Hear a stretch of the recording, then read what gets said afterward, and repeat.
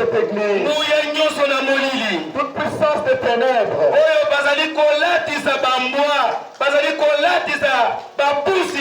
na kombo na Yesu Kristo ezanga ngwele sikoyo. Toute puissance qu'on fait revêtir les chiens ou les chats au nom de Jésus Christ que ça soit le sang de faire enseigner. Soki yo ozalaki na bomoite. Si toi tu n'étais pas vivant. Soki pe oyaki na bisote. Si tu n'étais pas venu avec nous. Na pokwa oyo. Ce soir.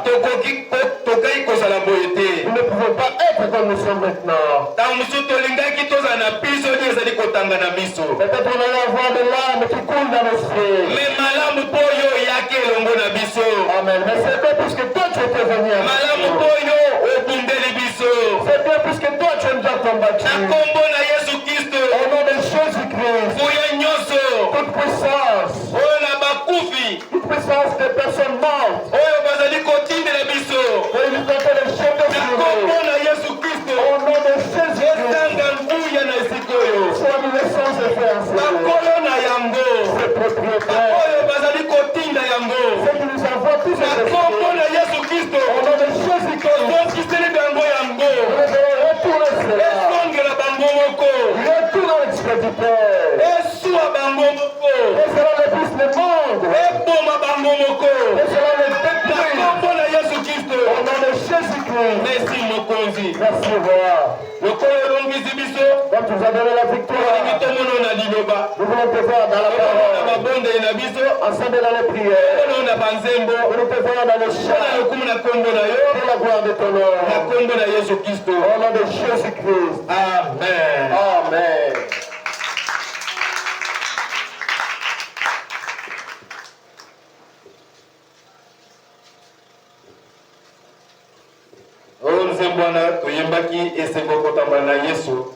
La chanson que nous avons chantée, il est bon de marcher avec Dieu.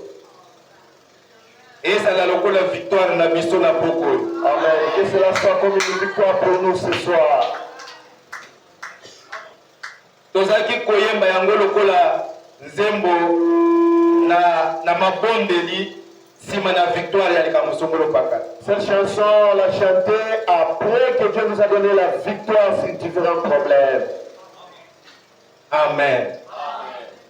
Tika nayemba pe moi couple moko ya nzembo yo na mesani koyemba yango epai na yo. Laissez-moi aussi l'occasion de chanter un couplet de la chanson que j'aime toujours chanter. Pona elonga na nzambe likolo na yo pe likolo na ngai. Amen. Pour la victoire de Dieu sur vous et sur moi. Nguya na nzambe oyo ezali kolata biso na esika oyo elongisa biso na bambuna na biso. Pour la puissance de Dieu qui nous révèle au Seigneur, que cela donne la victoire sur nos ennemis. Alléluia. Bitumba nyonso. Tout combat. Liboso nanu eyete. Dès qu'avant de cela arrive, Nzambe na yo asa alongi deja yango. donc Dieu a déjà vaincu cela. Amen.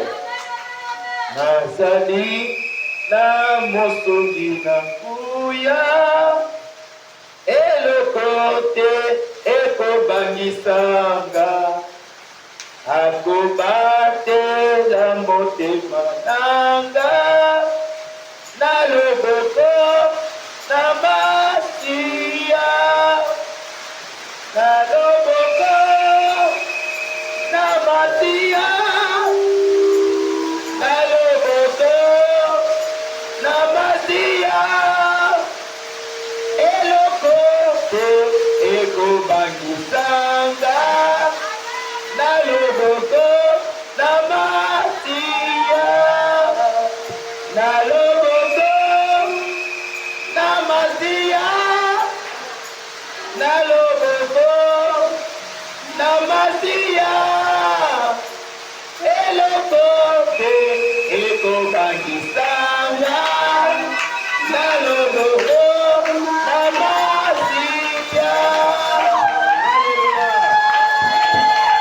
Oh, ma première vie, Les Écritures disent, baoyo basimba bina loboko monene na ye, ceux qui sont entre la puissance de Dieu, monguna azali kolonga bango te. l'ennemi ne peut le vaincre. Je crois que ce soir, vous êtes entre la main de Dieu. Amen. Si vous n'êtes pas entre les mains de Dieu, ne serez pas ici. La victoire par Dieu. Nous sommes en train de parler sur la vie éternelle. Bien-aimés. na nzambe ete toye po tozwa bomoi na seko. Les gens disent que nous sommes venus pour recevoir la vie éternelle. Mais soko tuni bango. Mais si vous leur demandez, bomoi na seko ndeni. Mais qu'est-ce que c'est la vie éternelle? Akoki koloba na yo, il peut vous dire, bomoi na seko ezali liloba na Nzambe. La vie éternelle, c'est la parole de Dieu. Bomoi na seko, la vie éternelle, ezali molimo mosa. C'est le Saint-Esprit. Nyonso wana eza mala. Tout cela est bien. Mais na kozingo na yango, mais dans le profondeur de ce jour, bomoi na seko, la vie éternelle, ezali eloko mosusu. C'est autre chose. Amen. Amen. Bomoi na seko, la vie éternelle, ezali nde Nzambe. C'est Dieu. Bomoi na Nzambe, la vie de Dieu. kati na bandimi. Dans le croyant, bomoi na Nzambe, la vie de Dieu. kati na basali na ye. Dans ses serviteurs, bomoi na liloba, la vie de la parole. kati na lingomba. Dans l'église, bomoi na liloba, la vie de la parole. bomoi na elonga, La vie de la victoire. kati na ndako na basali na Nzambe. Dans la maison des serviteurs de Dieu. bomoi na lobiko, La vie de la résurrection. bomoi na nguya, La vie de la puissance. oyo lesekwisaka, La vie qui ressuscite. kati na lingomba. Dans l'église. Alléluia, Amen. alléluia. Amen. soki bomoi na Nzambe C'est la vie de Dieu. ezangi epai na yo, C'est la manque en toi. okokoka kolonga te, Tu ne peux pas vaincre.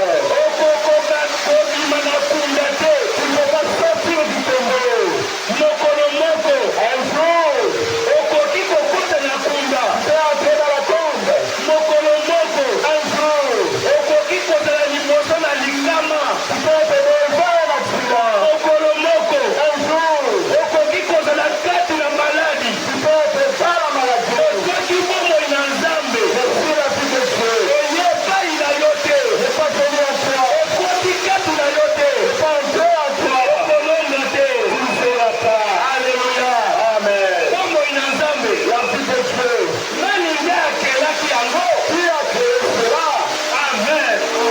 nani nde akelaki bomoi na Nzambe? Qui avait créé la vie de Dieu? nde toyokaki Et nous avons écouté ete bomoi na Nzambe la vie de Dieu. bakelaki yango te, On n'avait pas créé cela. yango moko C'est elle-même, na nguya na yango par sa propre puissance, emisalisi cela a été créé d'elle-même. yango moko Elle-même, eyei na bomoi cela est appelé la vie. yango moko Elle-même, na lisungi na moto te, na posa ya moto te. bomoi wa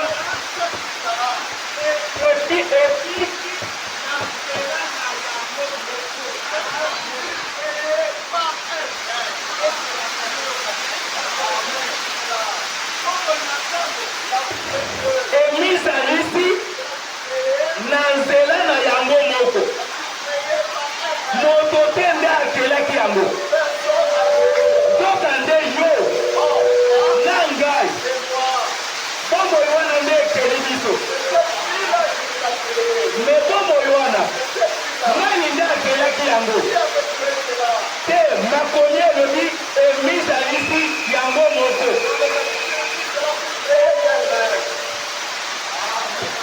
Alléluia. Ntango emisalisi yango moko, quand cela fut créé d'elle-même, mosakoli Branham alobi le prophète Branham dit, emonanaki cela fut remarqué, lokola mwa pole ya moke. cela fut remarqué comme une petite lumière. Alléluia. Amen. mwa pole ya moke Une très petite lumière. ezalaki na forme te. Cela n'avait pas de forme. Amen. Liboso mokili ezalisama, Avant que le monde soit créé, bomoi ezalaki na forme te. la vie n'avait pas de forme. Ntango emisalisi Quand cela fut forme te. Il n'y avait pas de forme. ebandi lokola mwa pele moke. Cela a commencé comme une petite lumière. Amen. Amen. Pole wana ya moke Et cette petite lumière, eye kozwa forme cela a pris la forme ya monama. de l'arc-en-ciel. Alléluia. Amen. eye kozwa forme ya monama Cela a pris la forme de l'arc-en-ciel. na langi nini. Dans quelle couleur? Frère Branham alobi Le frère Branham dit, ezalaki monama na langi sambo. c'était l'arc-en-ciel qui avait 7 couleurs. Arc-en-ciel monama Monama na langi sambo a 7 couleurs. nde forme ya vie oyo ebandaki kala ava mokili ezalisama. Avant la formation du monde, c'est cette forme-là que la vie en a fait. Makomi elobi Les Écritures disent, soki moto amoni yango si personne voyait cela, fale moto wana akufa. il fallait que cette personne trouve la mort. mpona nini? Pourquoi? mpona mosanto na ye elekaki makasi. Parce que sa sainteté était grande. Amen. mosanto na vie La sainteté de la vie elekaki était au-dessus. elekaki mbeka. Elle était au-dessus du sacrifice. ezali ke moto amona yango te Cela fait que personne ne peut le voir. na miso oyo Et le ciel, omona te. tu ne peux pas voir. soko omeki komona yango Et si vous cherchez à voir, okufi malamu. c'est fini, vous serez mort. Alléluia. Amen. wana Là, ezalaki avant la création. là c'était, il me sautait la gambe la main. Alléluia. Amen. tikana bakiselo eloko moko Le Seigneur va ajouter une autre chose. ezali kati na mateya ya Frère Branham la révélation de Jésus-Christ. C'est dans la prédication du frère Branham et le ministère à Jésus-Christ. Je crois eteyami na date ya le 4 décembre 1961 ou 62. Prêché le 4 décembre 1961 ou 62. Alléluia. Amen. nalingi totanga mpe toluka totanga yango. Je voudrais que nous puissions lire cela. La révélation de Jésus-Christ. Et le ministère à Jésus-Christ. Paragraphe etemi ya le 4 décembre kaka likoyo nalobaki 62 oui.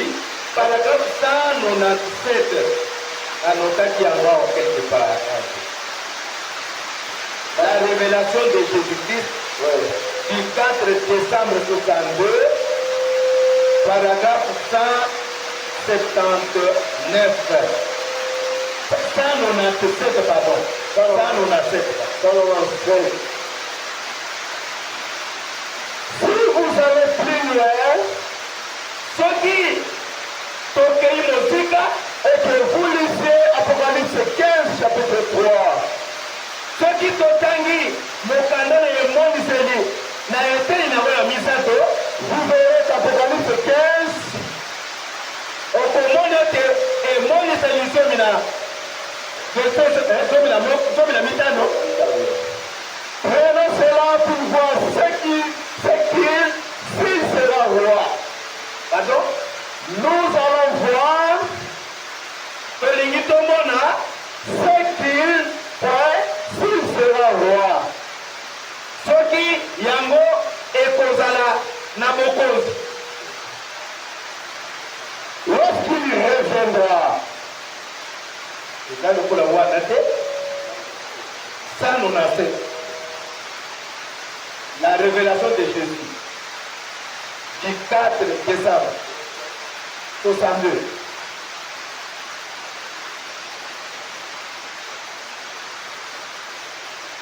eza ya moto 62 luka ya komala yango esololami mpona koloba ete bomoi na nzambe emimonesaki na ntango oyo wana na forme ya monama ya langi sambo.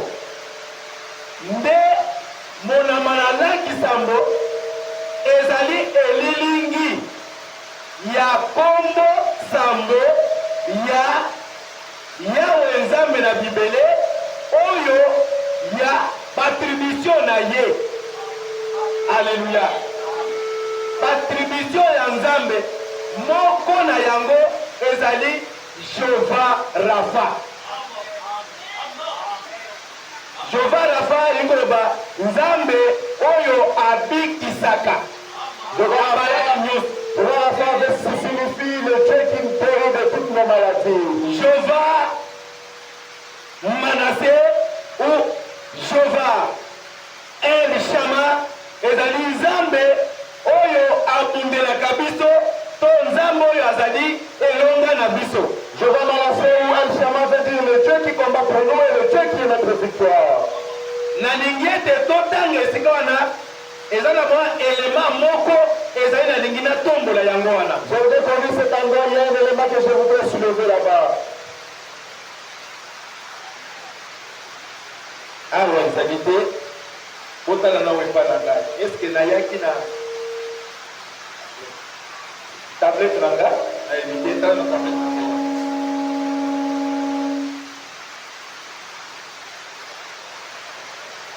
Tala wepa na ngai tala na telefono ya ngai tala na la boîte tala na la boîte d'abord.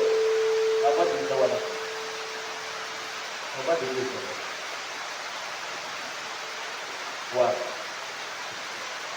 La révélation de Dieu à la voix de Dieu.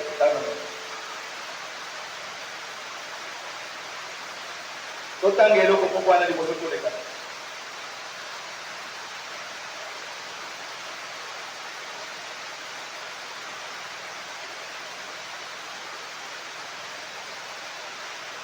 Eza eloko ekimati na motema nazolinga nasote yango mezo simba te Saint Esprit aza oblige ngati mpona loba eloko moko wana likolo. La révélation de Jésus.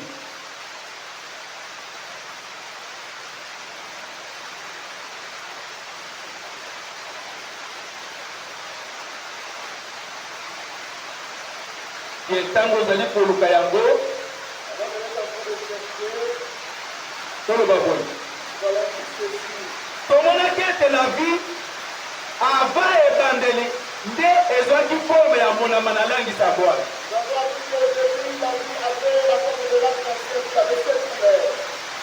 Mais sikoyo tolingi tosolola likolo na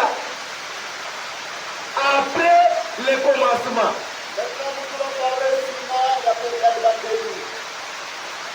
Oui, la vie a commencé par la parole de Dieu. Et la parole de Dieu était la vie. Cette vie de la parole semence a été faite chair. Elle a habité parmi nous, pleine de grâce et de vérité. Et nous avons contemplé sa gloire comme une gloire du Fils unique venu du Père.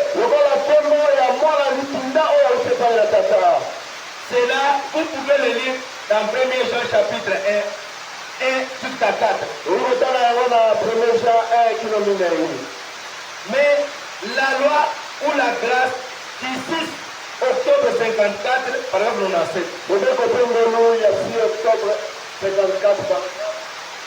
Frère Banam, aujourd'hui à moi. Bien. Parlons à Chikinaka.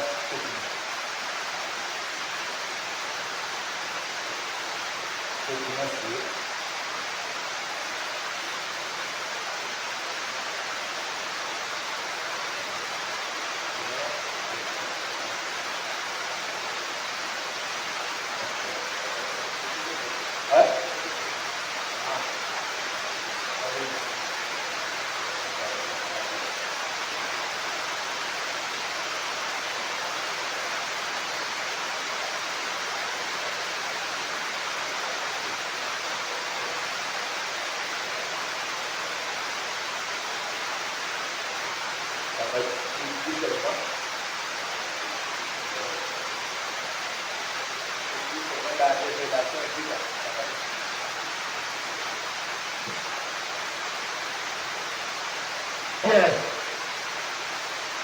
La loi ou la grâce du 6 octobre 54, 6 octobre 54, paragraphe 97. paragraphe 97. Frère Banam dit ceci. Le Branham à l'Olivier. Maintenant, Sikoyo, quand Jésus est venu, quand Yesu ayaki, ce n'était pas seulement une vie humaine. ezalaki kaka bomoi ya bato boye te. Bomoi na kati na moto te. Ce n'est pas une vie humaine, mais c'était la vie propre de Dieu. ezalaki bomoi ya Yesu ye moko. Mais c'était la vie propre de Dieu. kasi ezalaki bomoi ya Nzambe ye moko. C'est ce qui était dans son sang. yango nde ezalaki kati na makila na ye. Alléluia. Amen. Mais qu'est-ce qui était Jésus? kasi Yesu azalaki nani? Combattre pour la foi kobonda mpona kondima du 20 février 55. 20 février 55, Paragraphe 66. paragraphe 66. Jésus a dit, Yesu alobaki à moins qu'un homme ne naisse de nouveau, kaka moto abotama mbala na mibale il ne peut voir le royaume. akoki komona bokonzi. Vous ne pouvez pas le comprendre. okoki kososola yango te. C'est une chose mystique. ezali makambo oyo ya kokambwisa. Mystique jusqu'à ce que vous naissiez de nouveau. makambo ya kokambwisa kino obotama mbala na mibale. Alors la vie même de Dieu entre en vous, na bongo bomoi na Nzambe ekoti kati na yo. la vie éternelle bomoi ya seko qui n'a pas de fin. oyo ezangi suka. Alléluia. Amen. La vie qui n'a pas de fin. bomoi oyo ezangi suka. Cette vie n'avait jamais eu le commencement bomoi wana ezalaki na ebandeli te et n'aura jamais la fin. te kozala na suka te. C'était une vie mystique. ezali bomoi ya kokamwisa. Quelque chose qui est apparu dans le vide eloko oyo elimonisi na pamba to na poisa comme une tache blanche. lokola mwa litala moke ya pembe. Mais en elle me katikati na ye était la plénitude de Dieu dedans. ezalaki na litondi ya Nzambe kati na yango. En elle, kati na yango il y avait toutes choses, tout le plan de Dieu. biloko nyonso ezalaki na kati Il n'était pas visible. mpe mitango nyonso na Nzambe ezalaki komonana te. Était en cela. ezalaki kati na yango. Mais après un certain moment, kasi na mwa ntango moke cette vie-là bomoi wana est allée se cacher en Jésus. ekei kobatama kati na Yesu. Pourquoi? mpona nini? Pour se reproduire. mpona komibotisa lisusu. Est-ce que nous comprendre bien? Amen. Écoutez. boyoka. Alors la vie même de Dieu entre en vous, bomoi na Nzambe ekoti kati na yo. la vie éternelle qui n'a pas de fin, bomoi ya seko na seko oyo ezangi suka. les Zoé, bomoi ok, la vie propre de Dieu bomoi oyo ya Nzambe ye moko entre en vous. ekoti kati na yo. Et alors, na bongo vous êtes partie de Dieu. wana ozali eteni ya Nzambe. Vous êtes partie de Dieu. Ozali eteni ya Nzambe. Na tango bomoi na Nzambe ekoti epai na yo, yo okomi sikoyo eteni moko na Nzambe. Amen. Alléluia. Vous êtes non pas seulement une partie de Dieu, mais vous êtes un fils de Dieu. ozali kaka eteni na Nzambe te kasi ozali mwana mobali na Nzambe. Vous êtes une fille de Dieu. ozali mwana mwasi na Nzambe. Et alors, na bongo vous verrez tel ndeko komona lolenge oyo nzambe azali komona. Est-ce que nous sommes présents malade? Est-ce que vous comprenez bien? Tant que tombo ina nzambe côté pas ina yote. Tombo iwana emisa d'ici. Soki ekoti na mepai na yote, c'est que bote mimbala na mibala te. Tant que la ressource na peut ko na nzambe te. Okoyeba yango te po ezali bikamwa. Ezali eloko na bikamwa. Ezali bozindo. Ezali libombami.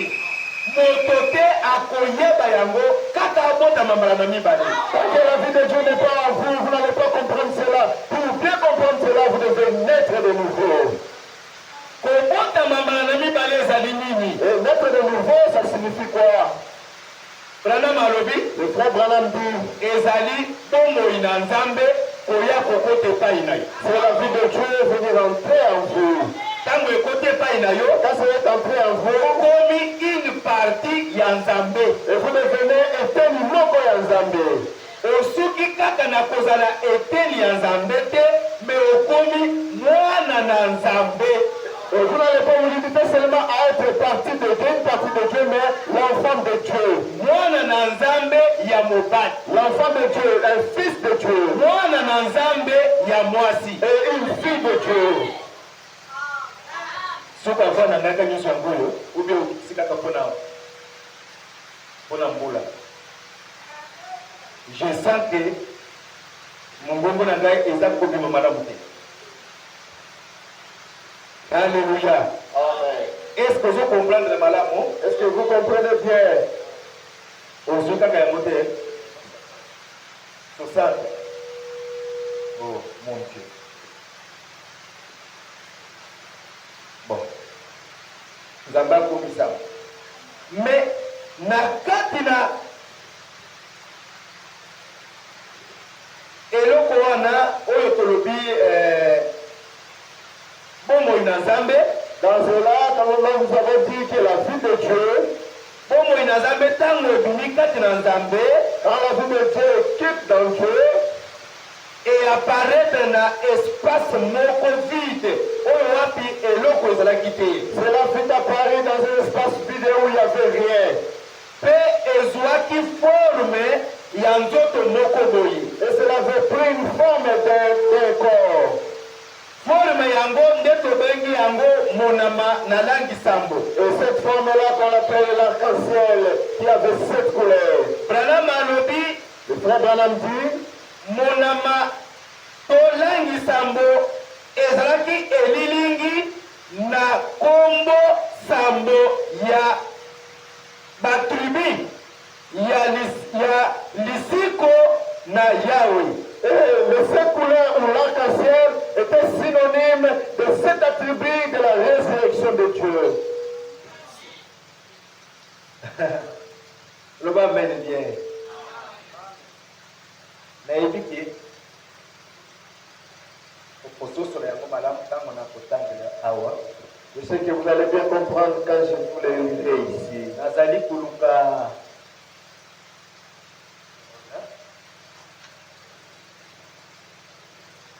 na yango mpe nayaki nango te frank tala biso na saki na nga wana tala wana mateya moko les 7 noms composés de Jésus, les 7 noms composés de Dieu. Olokape yango na ba téléphone na yo, paragraphe 18 plutôt. Soki Zouami, les 7 noms composés de Dieu.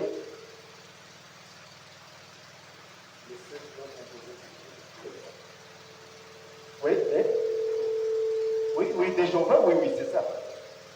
Voilà, ça y est là. Paragraphe numéro 18.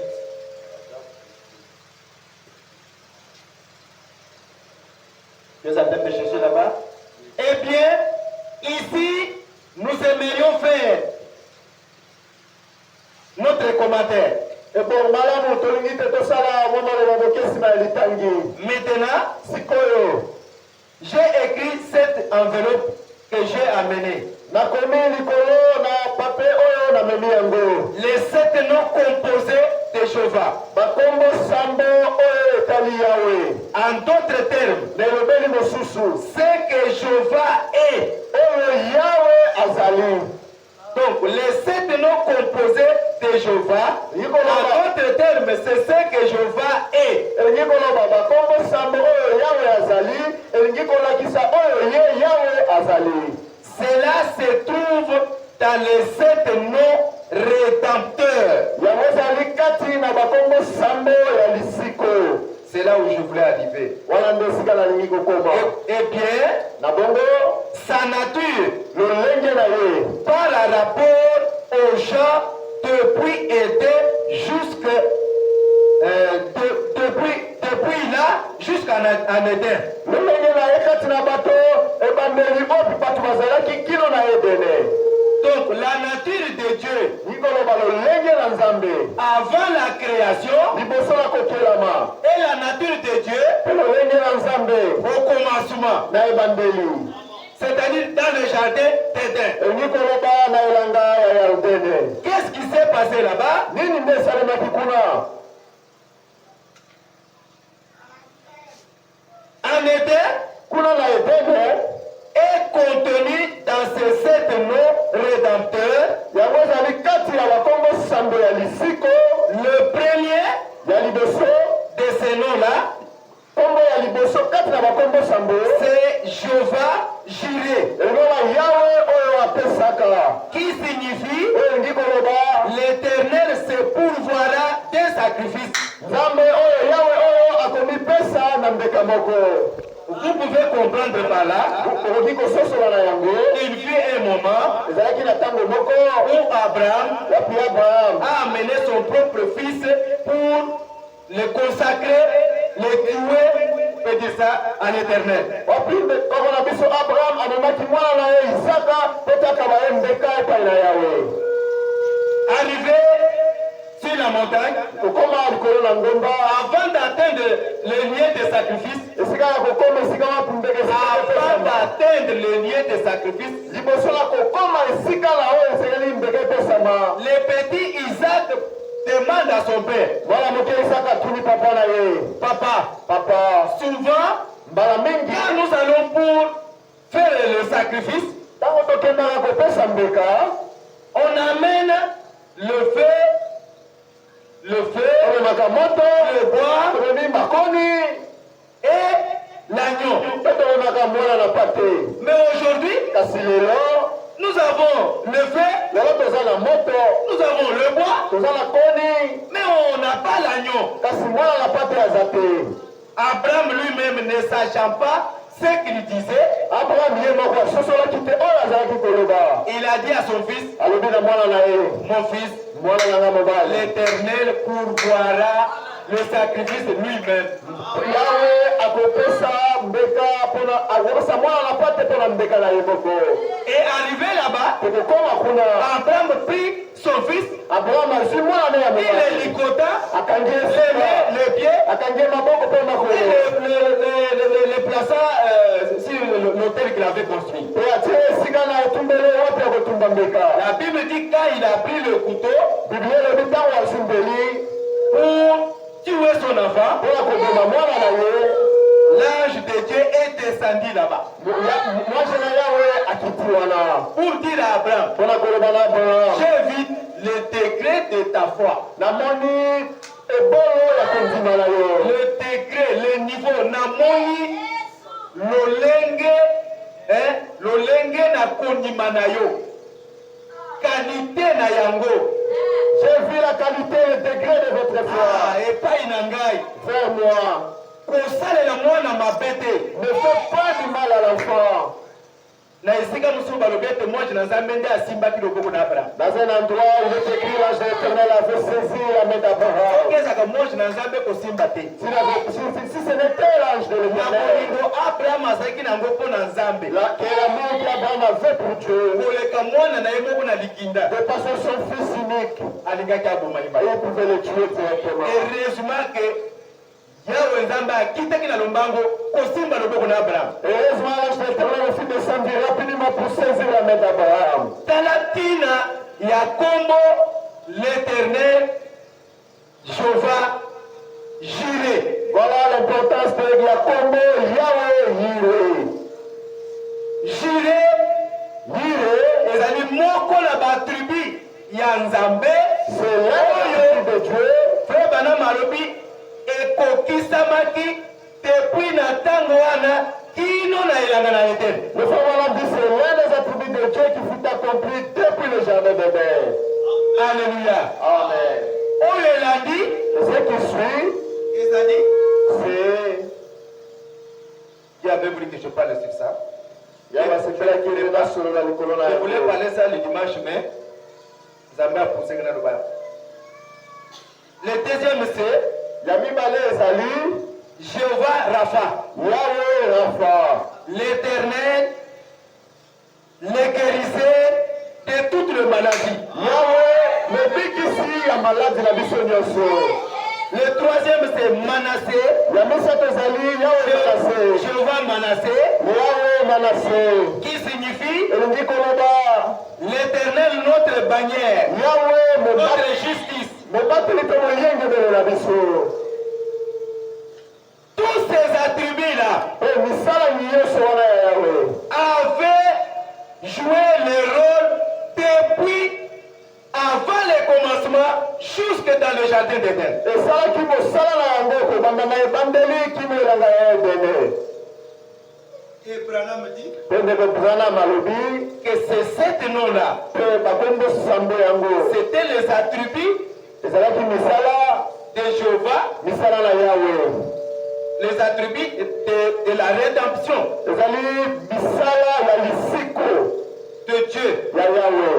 qui devait s'accomplir Oyo esengelaki ekokisama. depuis les temps anciens jusque dans le jardin d'Éden. Utala ntango ya kala kino elanga ya Edene. Et jusque dans nos jours. Ekino lelo bibiso Ça, c'est Branham qui dit ça. Là ndeko Branham yalobi yango. Ils disent que jusque dans nos jours. Kino lelo epapi tozali kobika. Ce n'était pas seulement dans le temps avant la fondation et après le commencement, jusque dans nos jours. Ezali kaka uta na ebandeli te utala kokelama te kasi kino lelo. Lelo, Aujourd'hui, ngai na yo, vous et moi, toza na makoki ya ko se réjouir na moko na ba attribut wana. aujourd'hui nous avons la possibilité de nous réjouir de l'un de ces attributs. Toza na makoki ya ko réclamer droit na biso dans chaque cas oyo ekokomela biso à partir ya tribu wana. Nous avons la possibilité de réclamer nos droits sur chaque chose qui peut nous arriver sur ces sept tribus, ces attributs. Par exemple, lelo, Nakisa, comme aujourd'hui, tangu tobelaka, comme tombant malade, nani azaka na bosana na lobiko na Yahweh te? qui n'a pas besoin de la guérison de Dieu? Lelo, Aujourd'hui, tangu makambo ezwaka biso, quand les problèmes nous arrivent, soki na bato na mokili, si avec les gens du monde, soki na bavoisin, si avec nos voisins, soki na ndenge nini, si de n'importe quelle manière, tolobaka toujours que nous avons un avocat auprès du Père. Jéhovah, notre justice, est toujours là. Il est là pour nous défendre. A défendaki Meshach, Abednego, na limulu na moto kuna. Il avait défendu Shadrach, Meshach et Abednego dans le tournoi de feu. A défendaki Yesu Kristo kuna na ngomba la Golgotha. Il a défendu Jésus-Christ là à Golgotha. Lelope, asana bakoka ko défendre yo. Il a le pouvoir Dans n'importe quelle situation où il kokomela yo. n'importe quelle situation qui peut vous arriver. Donc, tous les 7 noms d'attributs, oyo esalaki rôle na ntango ya kala, ezali mpe na makoki ya kojouer rôle lelo mpe lisusu. Makombo Sambo, Tomisala Sambo, ce qui a été fait dès le commencement, aujourd'hui, peut faire quelque chose pour nous. Maintenant, Sikoyo, rôle wana et Misala Wasalaki, elataki eloko oyo misalisi na na nzela na yango moko. Cela veut revêtir la chose qui s'est créée d'elle-même. Toyokaki ete c'était la colonne de feu ou l'arc-en-ciel. Nous avons appris que c'est la plus conçue dans notre temps, mon amant, la langue sambo. Qu'est-ce que Dieu a fait avec cela? Pour avoir la vie en abondance, Dieu a pris cette semence de vie, il l'a placée en Jésus-Christ.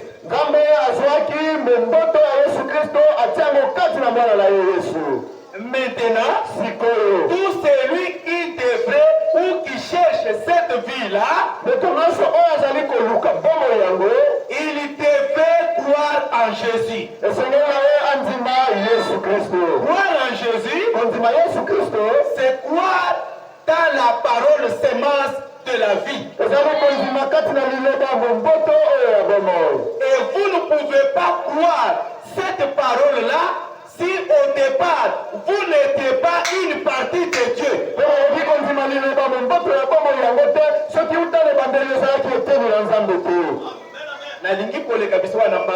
Je ne voudrais pas passer cet endroit. Je ne voudrais pas ajouter beaucoup de choses si vous n'avez pas bien compris. Alléluia. Amen. Il est préférable que vous puissiez me saisir la compréhension. C'est ça la vie de Dieu. C'est la vie créée d'elle-même. Par sa propre puissance. Amen.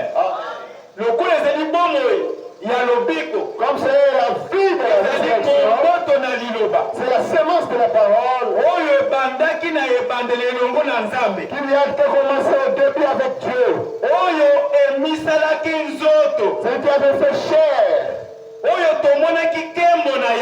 à qui nous avons vu sa gloire. Les appels que nous avons touchés entre nos mains. Nous avons vu sa gloire. Comme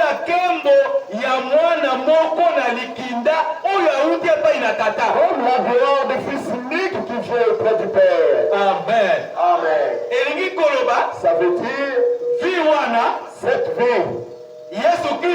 Jésus-Christ, la semence parole, c'était lui le Logos. Les amis, le Logos, c'est la vie de Dieu qui était sorti dans le grand Joppa, la grande fontaine de l'Esprit éternel.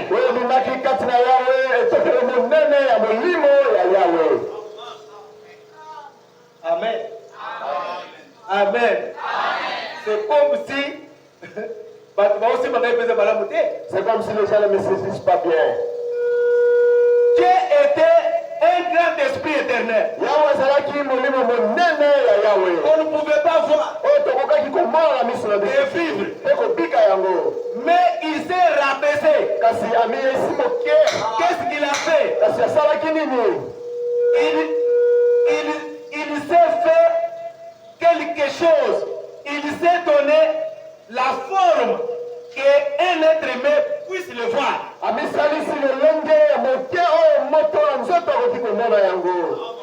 C'était quelle forme? La colonne de feu. Les logos. L'onction. Le Saint-Esprit. Alléluia. Amen. En Jésus-Christ. Jésus, c'était un homme. Comme vous, comme moi. Mais Christ, c'était le Logos. On ne pouvait pas tuer. On ne pouvait pas toucher. Le loin de Dieu. La plénitude de la vie de Dieu. Et maintenant, dans le plan de Dieu, ce n'était pas seulement Jésus qui devrait vivre comme fils de Dieu. Alléluia. Amen. Alléluia. Amen. Jésus était seulement la première création ou créature de Dieu parmi tant d'autres.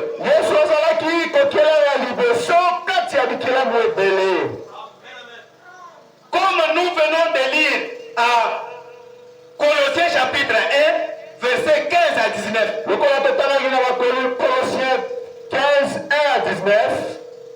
Le plan de Dieu était d'avoir une épouse.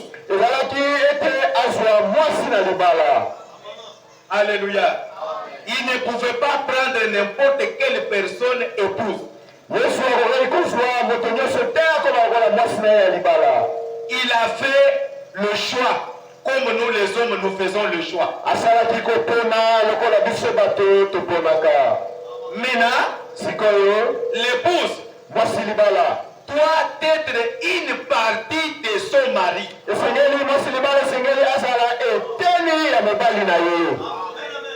L'épouse de Christ devait avoir la chair de sa chair. L'épouse de Christ devait être une vie de sa vie. L'épouse de Christ devrait être l'esprit de son esprit. Alléluia. Amen. Mais comment toi et moi nous sommes nés par le rapport de nos parents? Nous sommes nés de péchés. Comment nous devrions être maintenant une partie de Christ? L'esprit de Christ.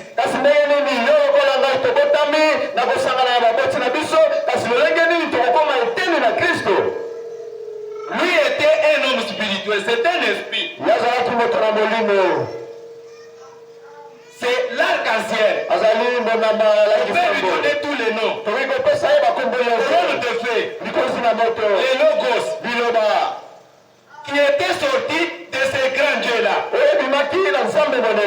Il était la semence de vie. Qui devait se reproduire plutôt sur la terre. Parce qu'il est dit que chaque semence devrait se reproduire selon son espèce.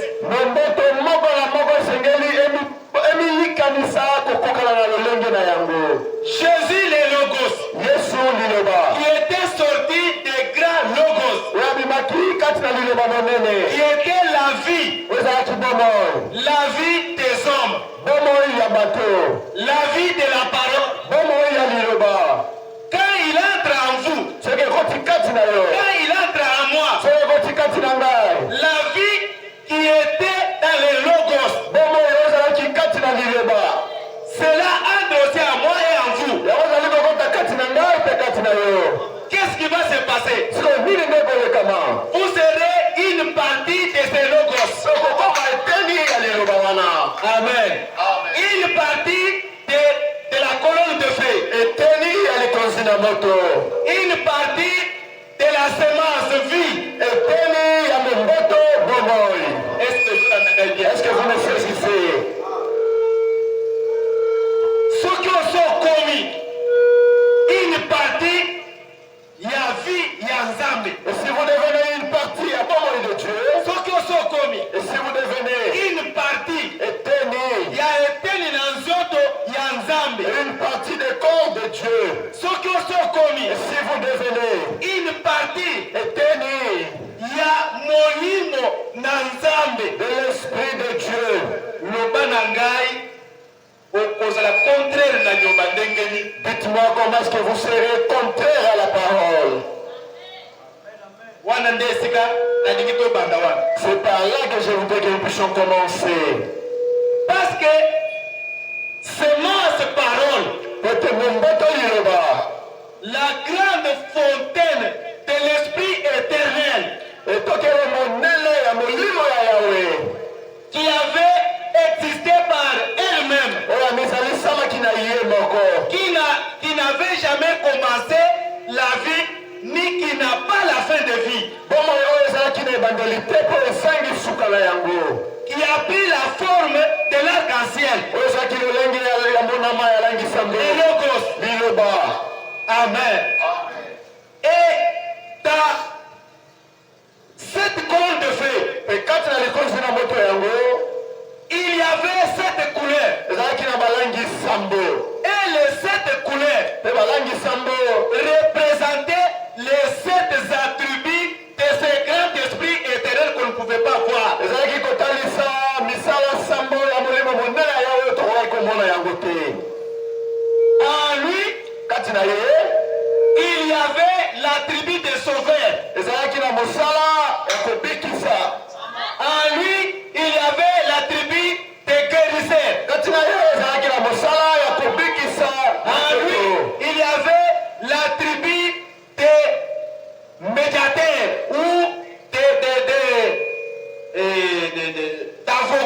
trahison.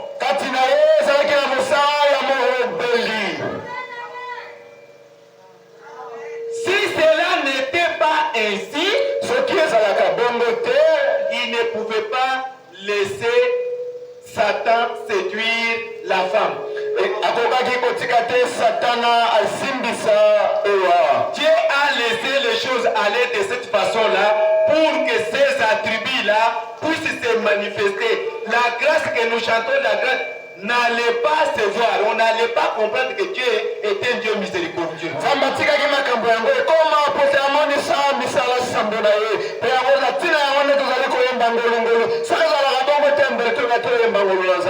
Et maintenant, qu'est-ce qui se passe? Si nous voulons savoir que nous étions avant le commencement, si nous voulons savoir que nous étions en Dieu comme des attributs, nous devions maintenant retourner à la parole. Parce qu'au commencement, Jésus était la parole. Au commencement, Jésus qui était la parole a été fait chair. Et la chair, Jésus a habité parmi nous. Les disciples l'ont vu, ils l'ont touché. Ils ont vu qu'il avait la grâce et la gloire. La gloire qui n'était pas comparable aux gloires que nous avons ici sur la terre. L'apôtre Pierre dit que c'était la gloire d'un fils unique qui était sorti de Dieu.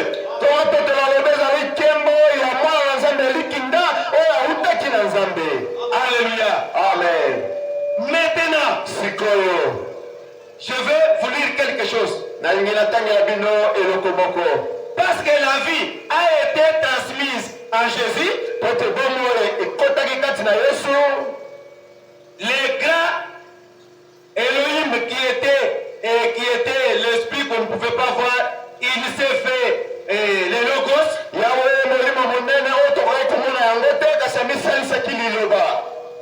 Et à partir des logos,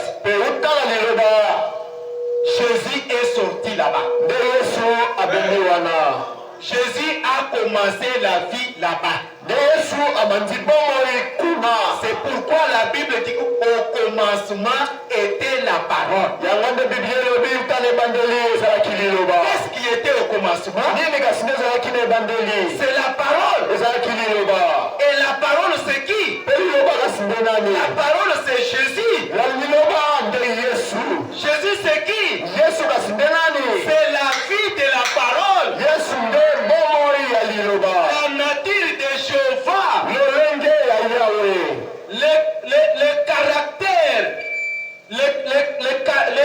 Le caractère divin qu'avait Jéhovah a été versé en Jésus.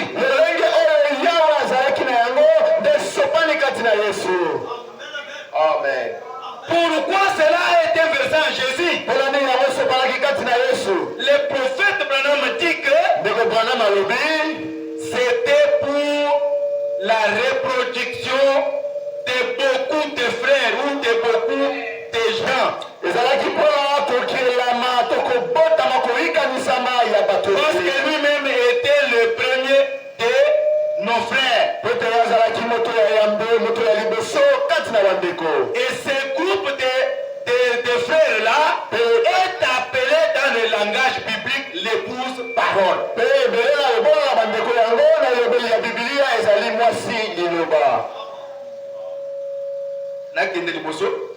Que j'aille en avant,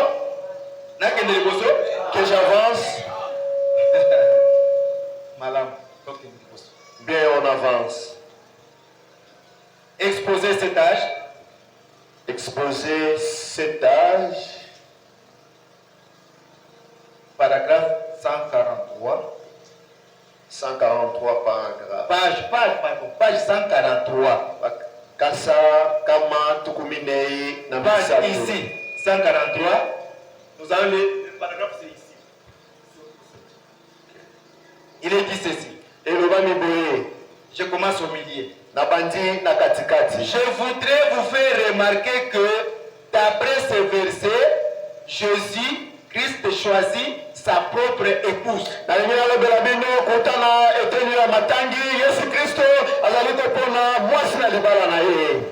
Tout comme les hommes choisissent aujourd'hui leurs épouses. L'épouse ne décide pas carrément de prendre un certain homme pour mari.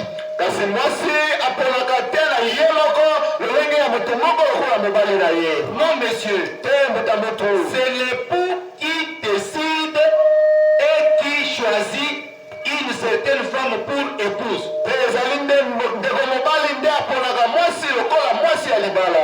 Jean 15, 16.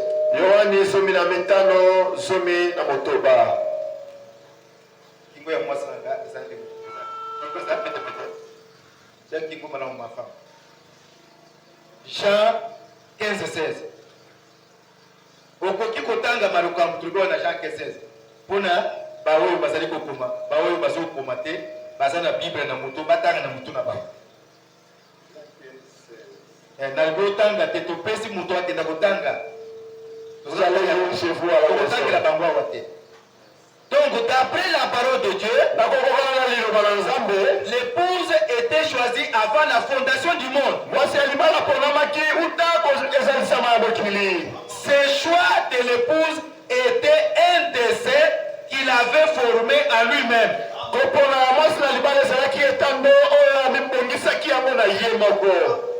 Soko lingo tanga référence wana tanga na Éphésiens chapitre 1 verset 9. Si vous voulez lire lire ce passage à Éphésiens, okoyokete épouse aponamaki kala mokili ezali sami na note pe ezaki mokano to plan projet na Nzambe o ezaki na mutu ya Nzambe o ezaki kosokipe na ye ezaki ete azala na mwasi na ye lokola mibali nyonso mpe bazaka na basi na bango. Et vous lirez dedans, il est écrit, Dieu avait choisi son épouse dès avant la fondation du monde, puisqu'il voulait avoir aussi une épouse parole, comme les hommes aujourd'hui choisissent leurs épouses. Okotanga ngona Éphésiens chapitre 1 verset 9. Éphésiens 1, 9. Romains 9, 11.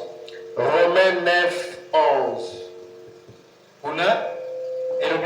Afin que le dessein de l'élection de Dieu subsistant.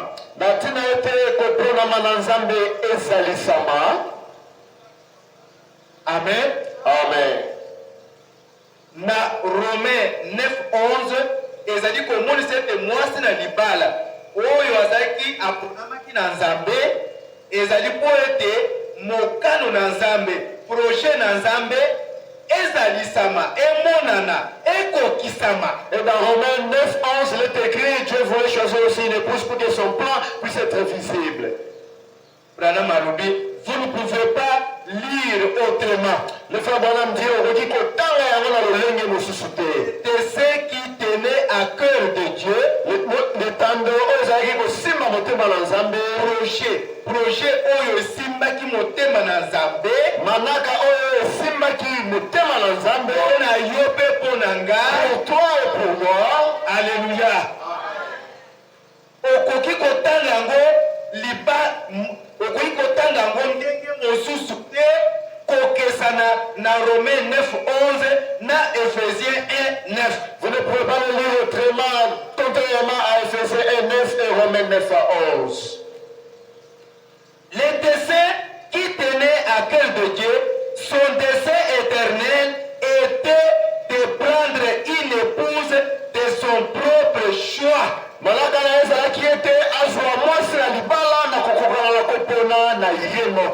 avait formé ses desseins en lui-même. Et comme il était éternel, ses desseins étaient fixés avant la fondation du monde.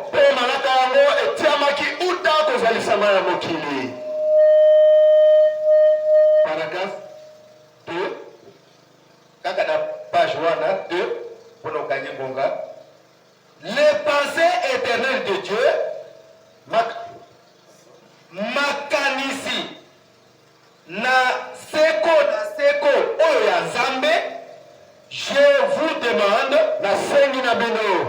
Les pensées de Dieu sont-elles éternelles?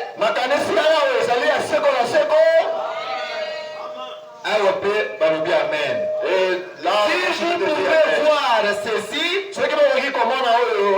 vous verrez beaucoup de choses. Et ceux qui vont comprendre et makanisi na nzambe ezaka ya seko na seko nzambe azwaka makanisi ya sika lelo te asi atelemisi makambo banda kala. Si vous comprenez les pensées éternelles de Dieu, car Dieu ne prend jamais les pensées au jour le jour, mais il a déjà préparé ça dès avant la fondation du monde. Nzambe abikisaka batu lelo te. Dieu ne peut guérir aujourd'hui. Nzambe aponaka batu lelo te. Dieu ne peut choisir aujourd'hui. Nzambe asa aponaki kala. Amen. Dieu avait choisi bien avant. Wana mokili ezalisami nano te. Ah, le monde n'avait pas encore été créé. Nzambe asa aponaki. Dieu avait déjà choisi. Ndenge nini? Comment? Molimo monene. Le grand esprit. Oyo ezali semence na bomoi na seko. Qui est la semence de la vie éternelle. Esopanaki kati na Yesu. Cela fut déversé en Jésus. Et na kati na Yesu. Et dans Jésus. Ba oyo nyoso. Et tous ceux qui. Bandimeli Yesu. Tous ceux qui ont crié à Jésus. Esengeli basala eteni moko na Yesu. Ils doivent être une partie de Jésus. Ba oyo nyoso balingi liloba na Yesu. Et tous ceux qui aiment la parole de Jésus. Bazali na eteni ya molimo na Yesu kati na bango. Ils ont une partie de l'esprit de Jésus en eux. Bazali eteni ya nzoto na Yesu. Ils ont une partie du corps de Jésus. Est-ce que vous comprenez bien? Est-ce que vous comprenez bien? Soko ozali yango te. Et si vous ne l'êtes pas, Okondima Yesu te. vous ne croyez pas en Jésus. Soko ozali une partie de son esprit te.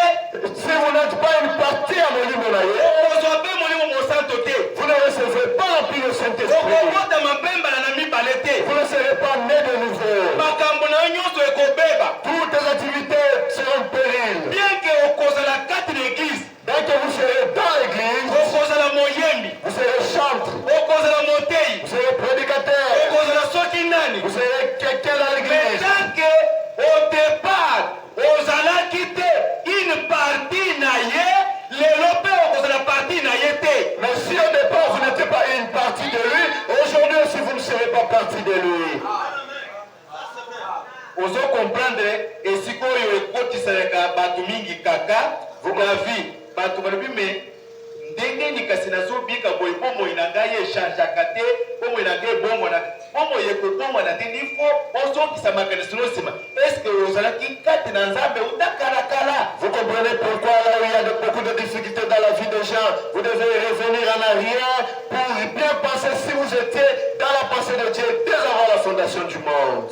Na Mateya Dieu dévoilé. Quand il est dans la prédication, Nzambe Monisami. Paragraphe 318. Paragraphe 318. Nasina tangeli wa wambalebe. Je vous ai déjà lu ça plusieurs fois. Branham alobi. Le frère Branham dit, si vous n'avez jamais été au départ la parole de Dieu et vous ne deviendrez jamais la parole aujourd'hui. ceux qui ont les bannières, là qui lisent le Nzambe te, le lopeur comment il le Nzambe te. Bao ya Nzambe. Ceux qui sont de Dieu. Denge nazali kokunda kokotisela yo makambo na motema boye. Ezokota na pete. Quand je suis en train de me battre pour faire pénétrer ceci dans votre cœur, cela pénètre tranquillement. Nazali kosola pona vie. Je suis en train de parler sur la vie éternelle. La vie de Dieu. La vie de la parole. Est-ce que vous en avez? Est-ce que vous en avez? Ozali komona nature na yango ezali opérer kati na yo. Est-ce que vous remarquez le lenge na yango opérer en vous? Est-ce que tango osalaka mabe osantaka condamnation? Est-ce que quand vous commettez le mal ou le péché, vous allez koyoka kokwa isama? Seigneur Jésus, Kolo Yesu, viens au secours à tes enfants. Soki na motema na yo, si dans votre cœur, okoyaka na masumu, vous tombez bien sûr dans le péché, mais masumu yango, mais ce péché, etungisaka yo te, cela ne vous condamne pas. Aux amen. Qui es-tu? C'est que vous n'avez pas été choisi. C'est que tu n'as pas été connu de Dieu. Alléluia. Amen. Tu peux chanter, tu peux te réjouir. On peut bien prier pour vous et vous êtes guéris. Et vous pouvez prêcher la parole et les gens sont sauvés. Mais vous-même, vous n'êtes pas dans le programme de Dieu. Les desseins de l'élection de Dieu, vous n'y êtes pas. Manaka et Pokopona Mananzambe Ozakati na yangote. Les desseins de l'Éternel. Les desseins qui collaient au cœur de Dieu, qui les tourmentaient. C'est comme mes frères célibataires qui sont ici. Maintenant que vous n'avez pas une femme, vous vous sentez comment? Vous êtes à l'aise? Es-tu à l'aise? Frère Makila, vous êtes à l'aise? Le code de la moissité, vous êtes à l'aise? Les frères Makila, quand vous n'avez pas de femme, es-tu à l'aise? Il refuse de parler. Frère Nico, le code de la moissité. Attends, ce qu'on lingo fêté. On lingo fêté, on lingo aussi sa classe. On s'en fiancé, on s'en monté, on a la université. Où est le fiancé? Où est le fiancé? Nico, Motamezoya, Rosala Lipati, Olingesu Sakela Snayo, on défendre. Si moi, si vous attendez mon bandami à Pamba, à Zate. Est-ce que vous êtes tranquille? Est-ce que vous êtes tranquille? Franck Azawa. Franck, vous êtes la moissité. Est-ce que vous êtes tranquille? Franck, Seigneur Jésus. Alléluia. Oh, vous êtes tranquille, Ndengeni. Comment peux-tu être tranquille? Directeur des champs. Directeur des champs. Bien habillé. On l'a dit bien. Lignée de Namiso. Avec de verres aux yeux. Mais, cassé. Mokozi Abamizemba. Le président est célibataire. Secrétaire Nayende Nico. Secrétaire Nayende. Son secrétaire, c'est le frère Nico. Il est dans diriger Magamunyo. Alléluia. Amen. Tout vrai fils de Dieu. Moi, Mobali Nyoso Nzambe. S'il manque une partie de Dieu à lui, il n'est pas tranquille.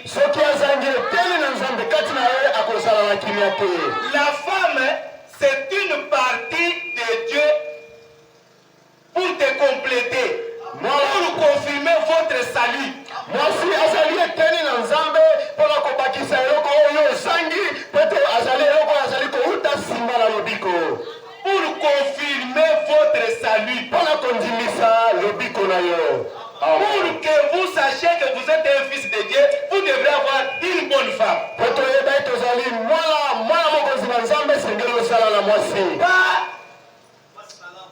le caridateur.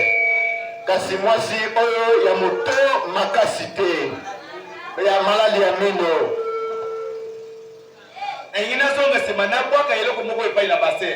Je voudrais revenir en arrière et jeter quelque chose chez les sœurs. Le sœur aussi qui sont les Bazemba. Tango bakei na université. Bakei ko défendre. To bakei ko sala boy. Si bakei aujourd'hui diplôme na yo mais où est le fiancé? Où est le quand vous allez à l'université, par exemple, tu as courage, c'est moi. Akei ayambie abandi ko baiser. Yo komiti ke la kaka boye kati na bato. Ba baiser yo kaka boye na mutu nyonso. Et vous vous laissez. Oh, si classe, il faut pas simba yo mabele, pas fina mabele na yo. Vous vous laissez embrasser par n'importe qui puisque vous avez fini les études. Aujourd'hui, diplôme au longalo, et il faut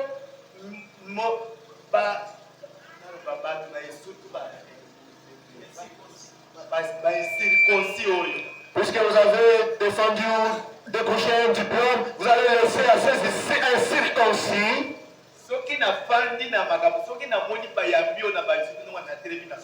Et si je viens, que je vois... Et si je viens, que je vois les incirconcis vous embrasser, ah, je serai déçu, je vais me lever et partir. Et ne me dites même pas, oh non, c'est mon grand frère, non, je vais me lever et rentrer. Aux alliés très spécial pour ces messieurs-là. Il n'est pas encore visible. Aux alliés moto ya malonga pour la mobali oyo mekasemona minalote. Batala na yo, ezali epai na batu nyonso te. Ezali pas na basi nyonso nde baza na batala wana osana. Bikela na yo to biloko ozali yango ya motuya ezali mpona batu nyonso te. Tala na yo yebi yango. Connaissez-vous votre talent? Qualité na yo. Votre qualité. Qu'est-ce qui fait la qualité d'une fille? Oh, il y a la fille, une belle fille de Dieu. Qualité wana isani. Qu'est-ce qui démontre la bonne qualité qui vous fait une bonne fille de Dieu? Vous ne connaissez même pas reconnaître votre qualité. Vous ne connaissez même pas reconnaître votre valeur. Vous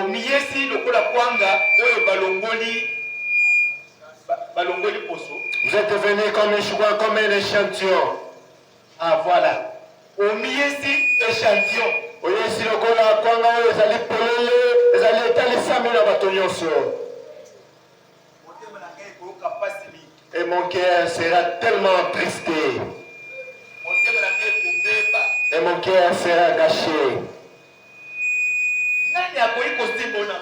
Qui peut vous tenir dans votre corps? À tous ces païens. Et les gens qui ont des mains sales. Et qui ont des bouches sales. Pleines de péchés. Et qui viennent t'embrasser, vous les laissez faire. Aussi autant que la Bible et Sika Balobi, saluez-vous par un saint baiser. Oui, saint baiser. Vous avez déjà lu dans la Bible où il est écrit ça doit être dans Romain peut-être. C'est Paul qui dit ça. Paul Nalobiango. Saint et comme saint baiser, quand Soki et Pesami na mobali na yo, oyo azali monsanto lokola yo. Ce sera les alliés baiser moko ya avec un païen ou une païenne. La Bible n'appelle pas ça un saint baiser. Ça sera un saint baiser si cela est fait par un mari qui vous est convenable. Mais si cela est fait par un païen, non, ce n'est pas un saint baiser. Ça c'est vrai. Oui, tu peux compléter. Ce qui reste complété. Et bon gars qui église na ngai, et y a ma valeur na yango. Il aurait fallu que mon église connaisse sa valeur. Si les gens connaissent les valeurs, n'allait pas être de cette façon. Ça c'est vrai. Au milieu si le kola kwanga balongoli poso, ils ont ba ndindi, ba PC, ba tofina, ba maladie, tout et tout. Vous êtes devenu comme un chicoin, comme un échantillon exposé à tout vent.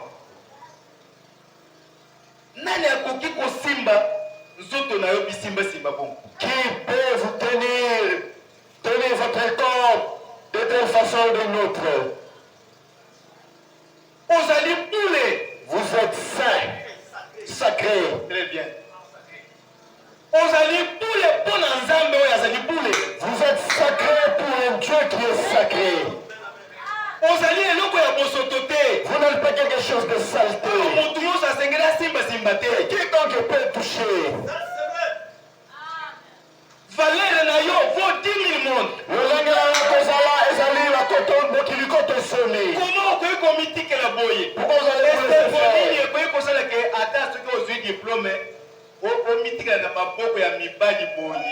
Quelle est cette joie qui peut vous animer même si vous décrochez votre diplôme et vous laissez entrer les mains des hommes? histoire na ngai awa te. Je ne vous ai pas donné mon histoire. Yaya nanga ya mwasi mobali na ye azalaki directeur régional ya Sofide. Directeur provincial. Ezalaki provincial bien régional. Ya Sofide. Awa na Sofide awa. Ye nde moto afuteli ngai billet ya avion na yawa na 83. La femme de mon grand frère était... Mobali ya cousine na ngai. Les maris na ye na mama na ngai baza bandeko, baza même village. Les maris de ma cousine étaient directeurs provinciaux de Sofide à l'époque. En 1983. En 1983. C'est lui qui m'a payé le billet de quitter Kinshasa pour venir ici. C'est le premier directeur ya IEC. Premier directeur. Tango IEC kangama kina université mokolo ba séparaki yango ekomi disons ba sende yango. IEC à part, université à part. Premier directeur wana azaki na leki na ye Chantal Lusamba. Le premier directeur de l'IEC, après être scindé IEC à l'université, le premier directeur avait sa petite sœur qui s'appelait Chantal Lusamba. Elle avait des cheveux, de très longs cheveux jusqu'aux épaules. Ce qui m'avait attiré chez elle, c'était ses cheveux. Elle adorait chez l'Assemblée des saints. Assez à traiter ma campus autour de Sololi na yaya na ya le bileki na ngai ya sadi musai na zambe fo apala kaka fille. Et ma grande sœur avait déjà bien coopéré avec son grand frère, mon petit frère et serviteur de Dieu. Dès qu'il sera ici, il va épouser seulement votre petite sœur. Sikoyo ngane tia ya sikoyo na milito na sana posa kubana. Et moi je dis à la grande sœur, dans mon cœur, je n'ai pas envie de me marier car je viens à peine de commencer le travail.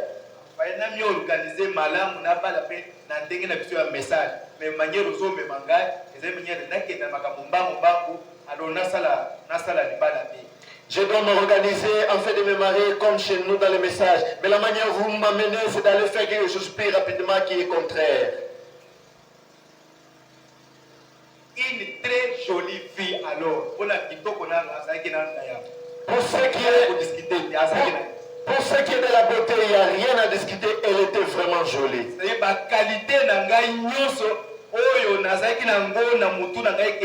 La femme que je prendrai, et les plans, les qualités que je désirais trouver chez une femme, elle en avait. Mais Dieu est venu me confondre. Na yebisi aya ke no lokola azali mopagano aza na assemblée de saints aza mopagano na kobala te grande sœur asali nyonso alosikoye abandi kokende na 15e okenda kosambela kuna je n'ai pas na bango okenda kuna je dis à la grande sœur puisque moi je suis du message et une païenne je ne peux pas l'épouser et la grande sœur a tout manigacé et elle a quitté son église et elle est allée à l'église. Quand elle a commencé à fréquenter l'église là comme je suis à la 15e, alors ba étudiant moko basilisaki katela bango na baninga na ngai bazalaki basilisaki on a yese ba coller bango ba grade na bango académique tout ça alors ba bandi fête ya mokolo wana babinaki fi wana nde yenda azaki na tobenge na mais de fête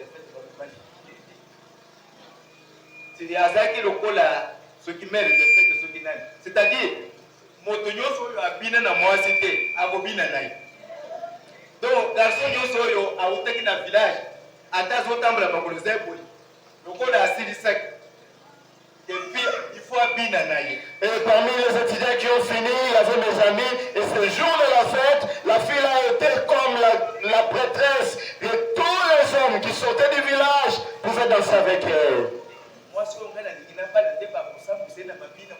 La femme que moi je désirais épouser, c'est celle-là qu'on va l'exposer avec des danses comme ça. Je ne savais pas, je n'avais pas reconnu, mais il y avait un de mes amis. Il était à côté. Et quand on dansait avec elle, lui voyait.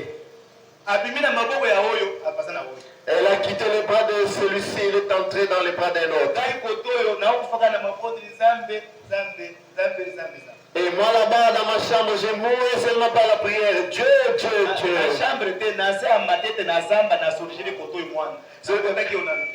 C'est vers la sorcellerie, sous le bambou, en train de prier jusqu'à mourir.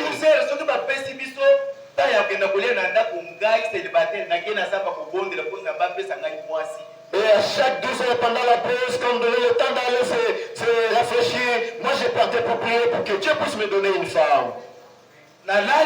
J'ai dormi, j'ai rêvé.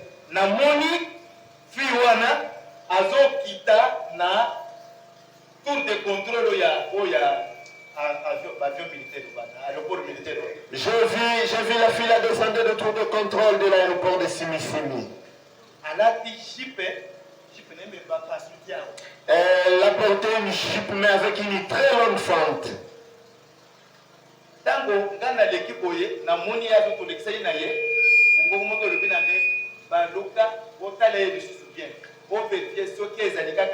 Et nous sommes croisés, nous sommes dépassés, mais j'ai entendu une voix me dire, retourne-toi, regarde si c'est vraiment elle. J'ai fait un pas de pas et je me suis arrêté. Moi, je n'avais pas cette habitude de tourner les regards derrière. Mais ce jour-là, j'ai entendu une voix me dire, retourne-toi. Et j'ai remarqué un grand trou, une grande fente derrière sa jupe. Un grand trou. C'est sa jupe. Quand nous nous sommes croisés,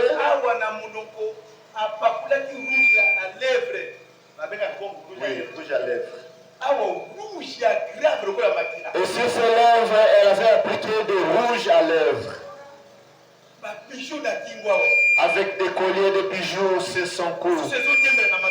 Et des boucles d'oreilles. Elle n'en avait pas, mais dans le rêve, j'ai vu cela. Une voix m'a dit, retourne-toi, regarde elle. J'ai retourné, j'ai regardé. Et le dernier coup d'œil que j'avais jeté, c'était, j'ai remarqué un grand trou sur sa jupe. Quand elle a jeté un pas, elle avait une fente, la jupe avait une fente jusqu'au-dessus de ses fesses.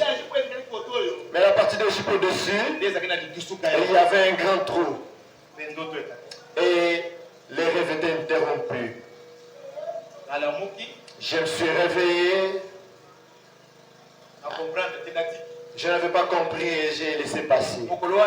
Ce jour-là, pour calculer le salaire, il y a des gens, tout ça, il fallait nafuta bato ya kotoyo nakenda kufuta sikoyo bato balosa na bandako ya bandele. J'avais singa mutuka toyepa na jeep to komi na kaka na aéroport wana ero ko ngolo pitala na kwa miso boye ye wana azokita na tour de contrôle azokita en uniforme. J'ai fini de calculer le salaire des ouvriers et Rano-Paton payait ceux qui travaillaient sur les maisons de plan. Arrivé seulement à l'aéroport Simisimi, j'ai entendu ils vont me dire retourne-toi et je l'ai vu descendre en uniforme vers la tour de contrôle. J'ai dit au chauffeur arrêtez-vous. Là où il y a la paroisse Saint-Esprit. J'ai ouvert la portière, je suis descendu.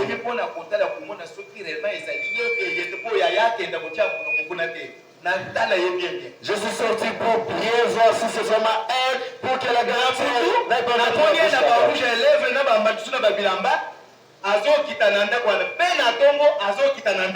la nuit, je l'ai vu avec de rouge à lèvres, avec de tout sur sa jupe, et le matin, je l'ai vu en uniforme descendre de la tour de contrôle. Et mon cœur, quand je l'aimais, je commençais déjà à l'aimer.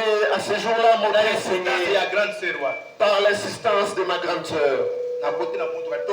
Je suis entré dans le véhicule, j'ai refermé la portière, nous sommes allés. Et le chauffeur m'a demandé, chef, qui a-t-il? J'ai dit non, allons-y. Il avait remarqué que mon numéro avait changé.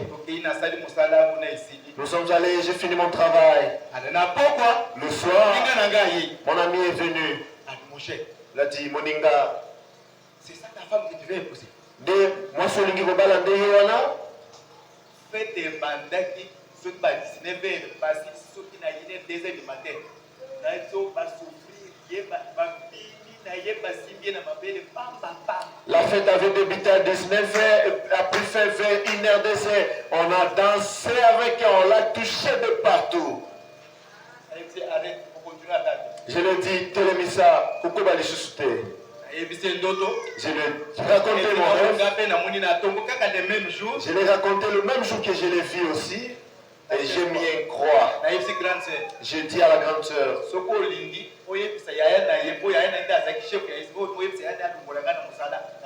si vous voulez qu'il vous dise à son grand frère de me chasser du boulot, de me licencier, pour elle, je suis d'accord. Je l'ai rayé de ma tête.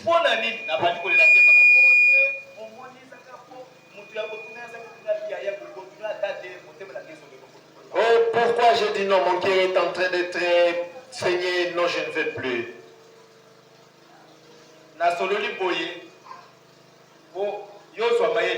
Je parlais ainsi pour que vous ayez de l'intelligence. Amen. Vous devez prier. Il faut s'attendre dans Zambé. Il faut qu'on s'aille dans Zambé. Moi, je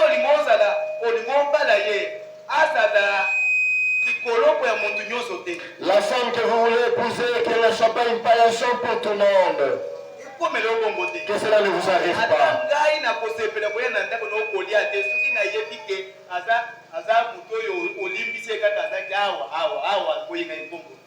Même moi, je n'accepterai pas de venir manger chez vous à la maison quand je vais apprendre qu'elle est une femme de sale caractère. Vous l'avez seulement pardonné pour l'épouser. Si vous finissez les études, embrassez tes collègues filles. Si vous dites que vous n'êtes pas venir, mais embrassez rien que vos collègues filles. Baninga mibalite. Pour que nous puissions bien nous entendre.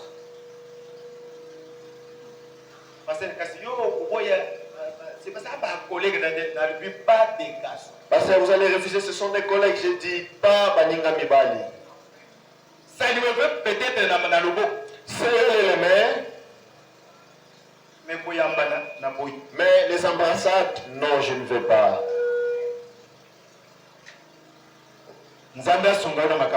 Que Dieu t'assiste de ces choses.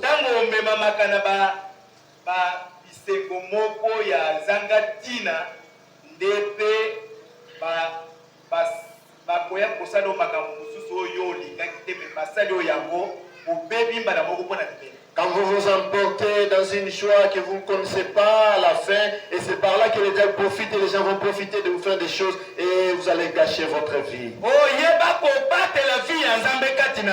Apprenez à garder la vie de Dieu en vous. Une fille sacrée, un garçon sacré de Dieu. Vous êtes une fille ou un garçon,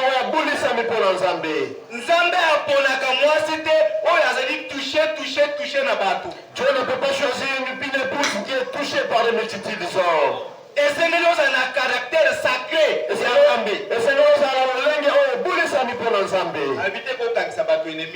saluer les gens, parler avec les gens, mais ça l'a sacré. J'ai un caractère dans un sacré moutou. Je ne dis pas que vous soyez ennemi à beaucoup de gens, non, saluez les gens, serrez-les par la main, mais gardez votre caractère qui est sacré. Ça, c'est vrai.